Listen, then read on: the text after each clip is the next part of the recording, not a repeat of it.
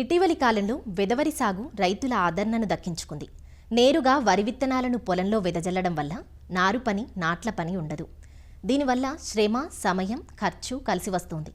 అంతేకాక ఒక వారం రోజుల ముందుగా పైరు కోతకు అందివస్తుంది. ఇన్ని ప్రయోజనాలు ఉండడం వల్లే రైతులు వెద విధానం వైపు మొగ్గుతున్నారు. ఖరీఫ్తో పోలిస్తే ఎక్కువగా రబీ కాలంలో ఈ విధానం అనుకూలంగా ఉంటుంది. చేత్తో వెదజల్లడం కన్నా డ్రమ్ సీడర్తో లేదా చాళ్లలో విత్తడం వల్ల పైరు ఆరోగ్యంగా ఎదుగుతుంది. అయితే వెద సాగుకు వెళ్లేటప్పుడు సహజంగా రైతుల్లో కొన్ని సందేహాలు తలెత్తుతుంటాయి. వెద సాగుకు ప్రత్యేక రకాలను ఎన్నుకోవాలా? మొలక శాతం బాగుంటుందా? విత్తనాలు నానబెట్టాలా? చౌడు నేలలు వెద సాగుకు అనుకూలమేనా? నేల తయారీ ఎలా ఉండాలి? కలుపును తట్టుకోవడం ఎలా? వంటివన్నీ ఇలాంటి సందేహాలకు సమాధానమిస్తున్నారు ప్రొఫెసర్ జయశంకర్, తెలంగాణ రాష్ట్ర వ్యవసాయ విశ్వవిద్యాలయం రాజేంద్రనగర్లోని వరి పరిశోధనా స్థానం ప్రధాన శాస్త్రవేత్త మరియు అధిపతి డాక్టర్ సిహెచ్ దామోదర్ రాజు. తెలంగాణ ప్రాంతంలో ఈ మధ్య కాలంలో ఈ పెరిగిన కూలీల రేట్ల వల్ల నారు పోయడము, నాట్లు వేయడం అనేది రైతులకు వ్యయభారంగా మారింది. ముఖ్యంగా పెట్టుబడి ఖర్చు బాగా పెరుగుతుంది. తర్వాత సమయానుకూలంగా నాట్లు వేయలేకపోతున్నారు. ఎందుకంటే అందరూ ఒకేసారి నాట్లు వేయడం వల్ల లేబర్ అందుబాటులోకి రాకపోవడం వల్ల మనకు నాట్లు కూడా ఆలస్యం అవుతున్నాయి. దానివల్ల దిగుబడులు తగ్గుతున్నాయి, రైతులకు వ్యయం కూడా ఎక్కువగా అవుతుంది. దీన్ని దృష్టిలో పెట్టుకొని మేము ఖరీఫ్ సీజన్లో, ముఖ్యంగా రబీ సీజన్లో కూడా ఈ నేరుగా విత్తే పద్ధతిని ఎక్కువగా ప్రమోట్ చేస్తున్నాం అనమాట. అంటే నేరుగా వెదజల్లే పద్ధతి. ఈ నేరుగా వెదజల్లే పద్ధతిలో నాటు వేయడం ఉండదు, నాటు ఖర్చు పూర్తిగా తగ్గిపోతుంది. తర్వాత దిగుబడులు కూడా బాగానే వస్తున్నాయి. ముఖ్యంగా వర్షాకాలంలో వర్షాలు పడతాయి కాబట్టి మనకు ఈ నేరుగా వెదజల్లినప్పుడు మనకు ఈ నీటి సమస్య ఉండదు, బాగా వస్తుంది.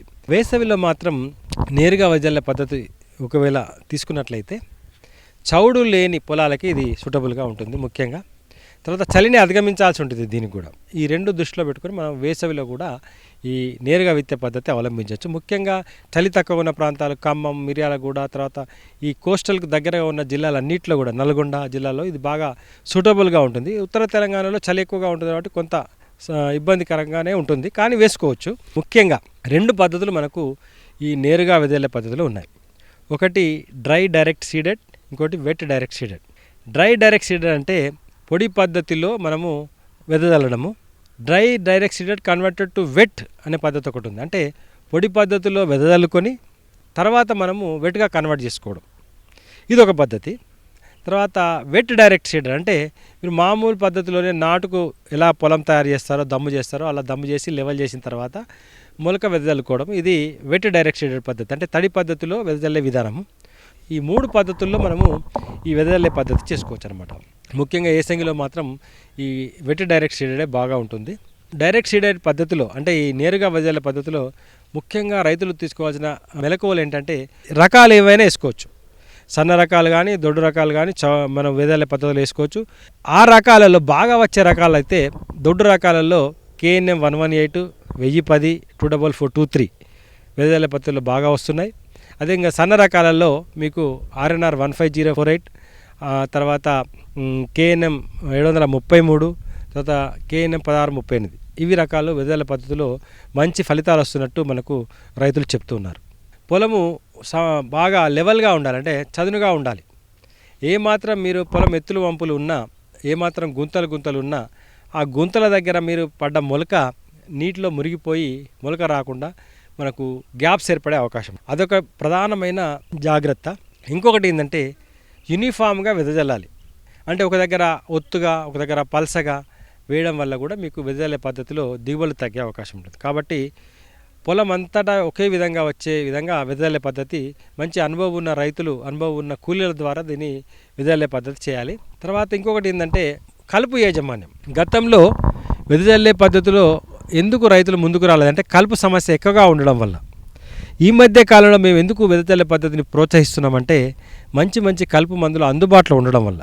ప్రీ ఎమర్జెన్స్ అంటే కలుపు మొలక ముందు వాడే మందులు, కలుపు మొలిసిన తర్వాత వాడే మందులు. కలుపు మొలక ముందు వాడే మందులు బిటాక్లోర్ అయితే 1 లీటరు నుంచి 1 లీటర్ పావు, అనిలోఫాస్ అయితే 400 ml నుంచి 500 ml, తర్వాత ప్రెటిలాక్లోర్ అయితే 400 నుంచి 500 ml ఒక ఎకరానికి పల్సగా ఇసుకలో కలిపి చల్లుకుంటే సరిపోతుంది.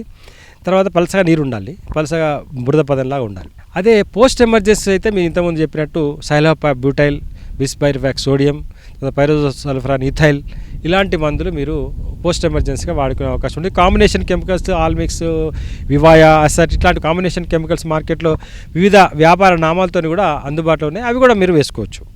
తర్వాత నీటి యాజమాన్యం, ముఖ్యంగా మీరు వెదజల్లిన తర్వాత మొలక మొలిసి పచ్చ పడేంత వరకు నారుమడిలో ఏ విధంగా అయితే నీరు పెడుతూ తీస్తూ ఉంటారో, తడి పొడి పద్ధతి, తన్నీరు పొన్నీరు అని నారుమడిలో ఎలా చేస్తారో, వెదజల్లే పద్ధతిలో కూడా మొలక జల్లిన తర్వాత నారు పచ్చబడేంత వరకు నీరు పెడుతూ తీస్తూ ఉండాలి. తడి నీరు పొడి నీరు అంటే పెట్టాలి, తీయాలి. మీరు పొద్దున పూట పెట్టి సాయంత్రం తీయడం కానీ, సాయంత్రం పెట్టి పొద్దున తీయడం కానీ చేస్తూ ఉండాలి. ఈ విధంగా చేస్తేనే మీకు మొలక చనిపోకుండా యూనిఫామ్గా మీకు మంచి మొలక శాతం వచ్చే అవకాశం ఉంటుంది, మంచి మొక్కల సంఖ్య వచ్చే అవకాశం ఉంటుంది. అయితే ఒక ముఖ్యమైన విషయం గమనించాల్సింది ఏంటంటే, వేసంగిలో ఎక్కడెక్కడైతే చౌడు ఉందో అక్కడక్కడ వెదజల్లే విధానం పనికిరాదు. ఎందుకంటే ఈ మధ్య కాలంలో రైతులు ఎక్కువ కేజ్ వీల్స్కి లోతుగా దున్ని చౌడు లేని దగ్గర కూడా చౌడు క్రియేట్ చేస్తూ ఉన్నారు.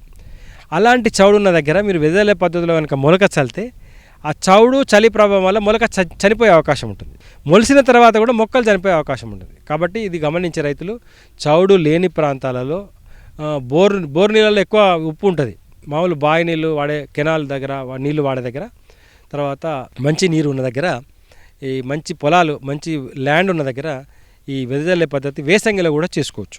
చౌడు ఉంటే మాత్రం మీకు వేసంగిలో చలి వల్ల చౌడు వల్ల ఈ వెదజల్లే పద్ధతి ఫెయిల్ అయ్యే అవకాశం ఉంటుంది.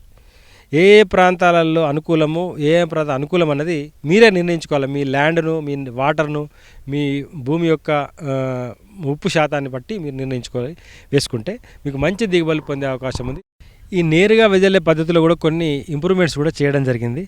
ముఖ్యంగా ఈ సాళ్ళ పద్ధతిలో పోయడము ఒకటి, తర్వాత డ్రమ్ సీడర్ ఉపయోగించి ముక్కు పలికిన వడ్లను డ్రమ్ లాగడం వల్ల కూడా అది కూడా డైరెక్ట్ సోయింగ్ పద్ధతే.